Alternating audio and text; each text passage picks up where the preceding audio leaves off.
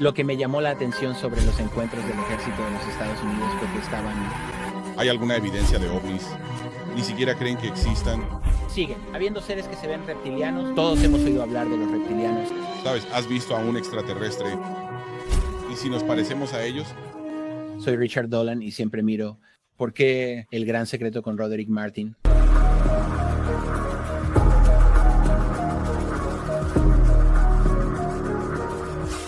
Una vez que llegas a esto, y una de las preguntas que escribí aquí fue, ¿qué le dirías a las personas que quieren saber? ¿Hay alguna evidencia de ovnis? Y la razón por la que quiero hacer esa pregunta es porque todavía creo que hay muchas personas allá afuera, Richard, que ni siquiera creen que existan hasta el día de hoy. Y está en los medios de comunicación convencionales, está en todas partes. Y todavía tenemos una parte de la población que aún no cree y que quiere la evidencia, y así hasta el punto, solo quieren que el ovni, ya sabes, toque a la puerta así y diga, ok, aquí estoy.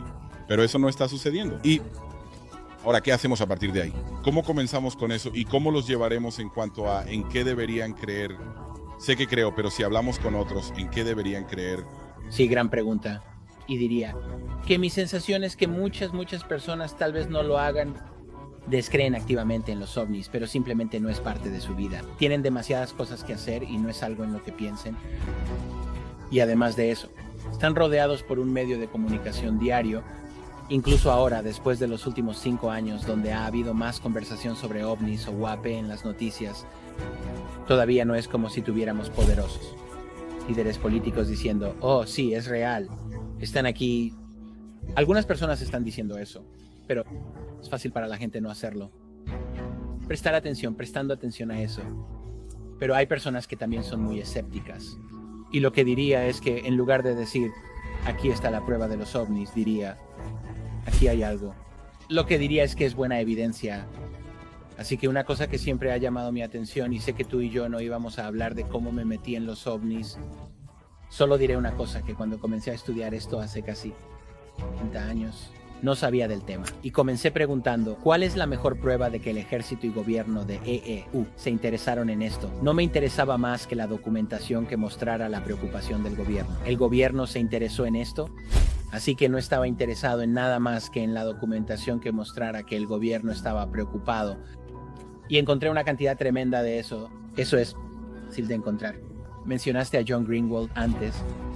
Y por supuesto la gente puede ir a su sitio web de Black Ball y encontrar montañas y montañas de datos sobre ovnis.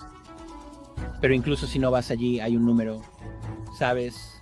Cuando estaba investigando esto en los 90, había muchos libros que tenían documentos relacionados con la ley de libertad de información, encuentros militares. Lo que me llamó la atención desde el principio fue ver cuántos encuentros buenos y dramáticos tuvo el ejército de los Estados Unidos con estos objetos que no podían identificar. Objetos que parecen tener forma de disco, objetos que estaban sobre instalaciones militares sensibles, sobre instalaciones nucleares. Los jets se despachaban para interceptar estas cosas con frecuencia. Siempre eran superados por ellas. Y luego, lo que me sorprendió fue leer los informes, uno tras otro. Y ya sabes, aquí está la cosa. Como si son solo 1 o 2 o 5 o tal vez una docena de estos, podrías pensar, está bien. Quizás estos pilotos o estos operadores de radar o alguien más, tal vez hubo un fallo. Quizás tuvieron un caso de identidad equivocada, algo así. Pero cuando tienes 50, 100, varios cientos. Para mi primer libro, que cubría las primeras décadas de la Guerra Fría, documenté alrededor de 300 encuentros militares de EEU. Encuentros militares con ovnis, y eso es solo rasguñar la superficie. Esto simplemente continúa y continúa y continúa. Y solo pienso, sabes, puedes argumentar si son alienígenas, puedes argumentar si son humanos clasificados de presupuesto negro, puedes argumentar que vienen de otra dimensión de la realidad. Todo eso es más adelante. Pero lo primero que diría que tenemos que reconocer, si somos honestos intelectualmente, que hay un fenómeno genuino que involucra tecnología que parece ser radicalmente avanzada sobre cualquier cosa, que se supone que deberíamos tener entonces o ahora. Y eso ha sido una gran preocupación. No solo para los EU, militar, porque estaba hablando de ellos, pero también de todos los demás militares. Los rusos definitivamente lo tienen. Hasta donde puedo decir. No tenemos todos los registros disponibles de los rusos, pero hay suficiente. Y me parece bastante obvio que su historia de encuentros con ovnis es tan rica como la de Estados Unidos. Los rusos han tenido mucho de esto. Y me parece bastante obvio que su historia de encuentros con ovnis es tan rica como la de Estados Unidos. Los rusos han tenido mucho de esto. Y luego otras naciones y otras regiones del mundo. Igual, los militares de todo el mundo se han encontrado con esto y simplemente no saben cómo manejarlo. Así que diría que claramente hay algo sucediendo. Revisas la documentación histórica y esa es una forma de empezar. Y eso, que va una pregunta tras otra. Pero sí diría, ¿sabes? Si eres un escéptico total, no te pongas codicioso. No pienses que vas a responder cada misterio sobre esto con una semana de investigación y que vas a resolver. El enigma no va a suceder.